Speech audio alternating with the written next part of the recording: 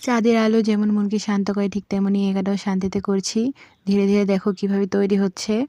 চলো দেখে নিই আমার আর্ট। এখন আমি আর্ট করব একটা সুন্দর জ্যোৎস্না রাত, হুম, হুম। যেটা দেখলে তোমাদের খুব ভালো লাগবে আশা করছি।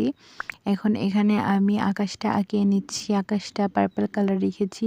হালকা বেগুনি টাইপের আকাশ আমার খুব ভালো লাগে, খুব অ্যাস্থেটিক লাগে। আর নিচে এটা একটা জলাশয়, যেখানে আমি এখানে চাঁদের রিফ্লেকশন দেওয়ার চেষ্টা করব। আমি জানি না আমার আর্টটা কেমন হবে, তোমরা অবশ্যই আমাকে জানাবে।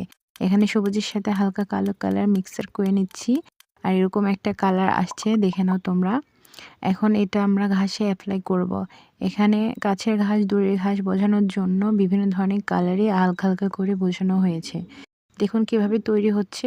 এখানে দেখো এখন দূরের গাছগুলো বানানোর জন্য হালকা হালকা ঢেউয়ের মতন দিয়ে দিলাম।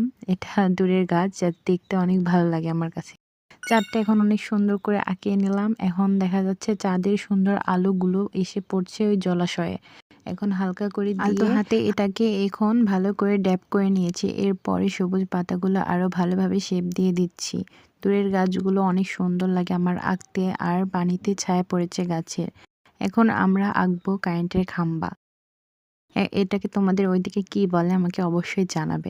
এখন আমরা এই কারেন্টের তারের খাম্বাটা সুন্দর করে আঁকিয়ে নিলাম। এখন তারগুলো দিয়ে দিয়েছি।